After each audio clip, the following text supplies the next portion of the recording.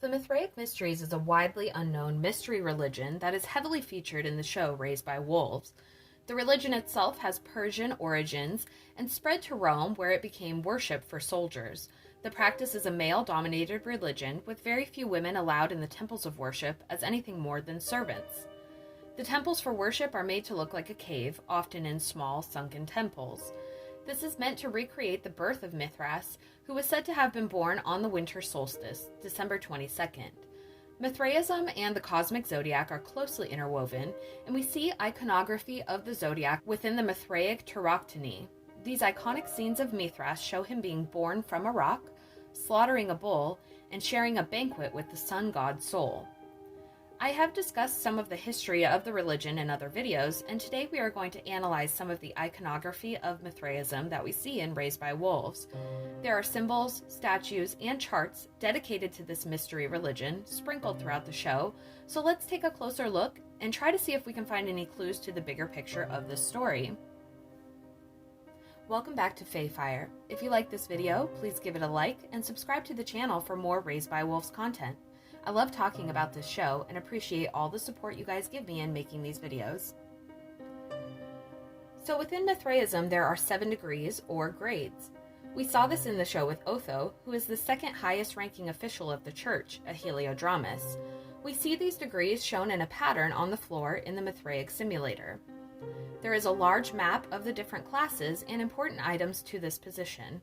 Each has a name, a planet, and a ritual object. Let's explore further. The raven is associated with night.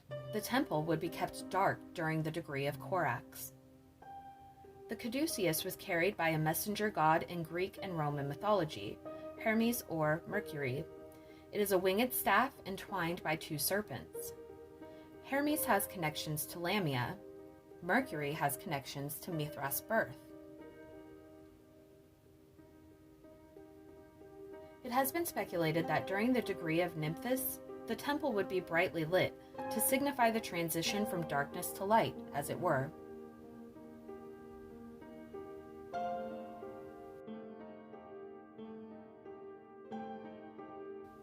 The only working tools which have survived are the fire shovels of the Leo degree.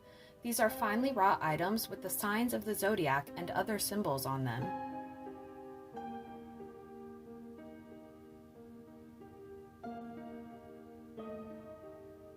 There is only one Heliodramus per Mithraeum, a most exalted position. His items were gifts from Sol. Heliodramus took the role of Sol the sun god during the sacred meal. When Mithras takes the place of Sol, he does not disappear from the world and watches over Mithras and the world with his light.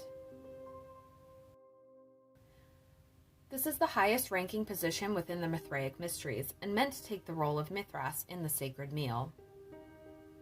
A few things to note. Each degree has an item to be carried or worn. Each degree has an item which is elongated that must be carried. There are 4 classes with items worn on the head. The 3 classes without an item to be worn on the head carry something associated with the head. This is important because Sol shines his light upon us from above. The items carried by each degree apply to a moral lesson to their respective grade and their duties within their position. We saw Ambrose take the role of Heliodramus from Otho after his crimes on the ship were discovered. We saw Ambrose wearing a gold sun rather than red like the other Mithraeus, and being carried on their travels, shining Sol's light upon his people. The Leo is particularly significant as a degree. A common icon within the Mithraic Mysteries is of the lion-headed man carrying 2 keys intertwined with 1 or 2 snakes. The snake seen coiled around the body has long been an ancient symbol of wisdom, and the lion is an emblem of strength and courage. The lion almost certainly had some spiritual or metaphysical powers, and images indicating Leos possess the power of longevity have been found.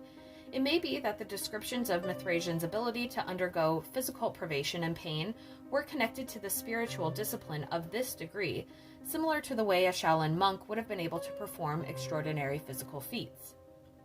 I really feel that Marcus fits into this role of the lion-headed man on his journey of physical hardships, transforming him into a dedicated Mithraist. Will it be Marcus to redefine the Mithraic beliefs and dedicate himself to snake worship? Considering the lion-headed man carrying 2 keys, it does make you wonder what Marcus may unlock. Perhaps the mysteries themselves. Marcus has essentially fallen into the religion, and a pretty significant role to the dwindling Mithraic population, requiring dedication and discipline. I still think he's a ticker because of the necromancer eyeball he ingested, but will that only add to his dedication to his newfound religion? Or will his connection to Mother fuel his newfound abilities to defend her child? We can see that within the Mithraic mysteries, the planet and Zodiac are very important to each degree. Let's take a moment to analyze that idea, because I think it's actually very relevant to sustaining life on Kepler 22b. When Mother looks back on her memories with Campion Sturgis, we learn that he was born Mithraic, but took his education and betrayed them, flipping to the atheist side. This is a very interesting idea because when we look around Campion's lair, all we see is Mithraic iconography. There is the Tauroctony, a large mural depicting Mithras sacrificing the bull, statues of Mithras, and another depiction of the 7 degrees of the Mithraic mysteries. There is also some atheist graffiti around the place, damaging the sacred art with the atheist symbol of a snake? Tell me that doesn't look like a snake. Some of the stained glass imagery varies from Mithraism, but all stems back to the idea of Sol, the sun god, watching over or shining on his people. Some connect to Helios, who is the Roman equivalent of Sol, or Ra, the Egyptian sun god. Another significant symbol we see briefly is a shot of a zodiac map on Campion's floor. We see a brief shot of the crab of Pisces. Why? Why would this be here? Because he's an atheist, that's why. Or, as far as the Mithraists are concerned, he is. We know how strict the Mithraists are. They only allow their children to read from the mysteries. Their lullabies speak of Sol's light. They believe Sol is the light and the only path, and anyone who doesn't ascribe to their beliefs is an atheist and worthless. Campion Sturgis was onto something. There was a pattern between the Zodiac and the 7 degrees of the Mithraic mysteries. The Zodiac applies to the 12-month cycle of Earth. The 7 classes of Mithraism have a similar parallel. What if the 7 degrees are actually the Zodiac of Kepler 22b? Campion discovered this within the mysteries, but when he began looking at the Zodiac and how it applied to Earth, he was called an atheist and a traitor to the Mithraists. Though the cosmic zodiac and astrology have been used for thousands of years as a way to map the stars and Earth, during the 1st century CE, we began to see a prohibition of astrology. Thank you for that, Emperor Nero. It was maligned as witchcraft or as a tool for treason. Historically, it was used concretely, but unfortunately today many view it as a cheap trick, and though the zodiac is interwoven into Mithraism, they likely approach it as they do everything else. If it's not in the Mithraic mysteries, it is atheism. In my last video, I talked about the pentagonal temples and how they align with the circles of latitude on the planet, both as a method of mapping the planet, but also as identifiers to signal when the planet was properly aligned for solstices. The 7 degrees of the Mithraic mysteries can be used in a similar design, another way of mapping seasons and time on Kepler, as we have done on Earth. Kepler 22b is actually 15% closer to its sun star than Earth is to our own sun. The planet is larger, which affects its sun exposure in certain areas, and would also affect the time spent circling its sun, making a 7-month cycle feasible as compared to our 12-month cycle on Earth. Campion discovered this pattern and used it as another clue as to how to get Mother and Father to the planet, and as another method to ensuring Mother was there at the right time to get pregnant. We have to wonder if he's playing God with this idea. Sol is a sun god, and he passed his crown to Mithras. It is a father-son dichotomy, such as we see in many religions like Christianity, Greek, or Roman creation stories. Sol was given this role from his father before, who is Saturn. We can see the parallels within the Greek pantheon as Uranus, Cronus, and Zeus. What if Campion Sturgis is extending this idea? What if the time has come for a new king of the gods and Mithras' time has passed? Has Campion figured out a way to introduce a new god into the pantheon? Has he figured out a way to become the father of this new god? Or was he all along? But you are human? Yes, but I'm many things. I get such a wild Zeus-type vibe from Campion, having no problem taking a lover who's not human, manipulating a creation into a creator, or facilitating the birth of a generation of children on another planet. Still wondering where he got those embryos. We have heard stories of Zeus turning his lover Io into a cow, or the tragic transformation of Lamia into a serpent, so why not a snake baby? It's definitely not the craziest story we've heard within mythology. We have seen a passing of the king of gods in various mythology, but it comes with a price.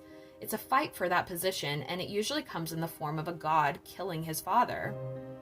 Perhaps it is Campion Sturgis himself with a messiah complex, trying to elevate himself to a godlike position before he even arrives on the planet. There are many possibilities, but I definitely think it's significant that we see so much of the Mithraic iconography within Campion's own lair. He never abandoned his beliefs, he simply added to them with atheist knowledge, which ultimately propelled him to take great risks for great reward.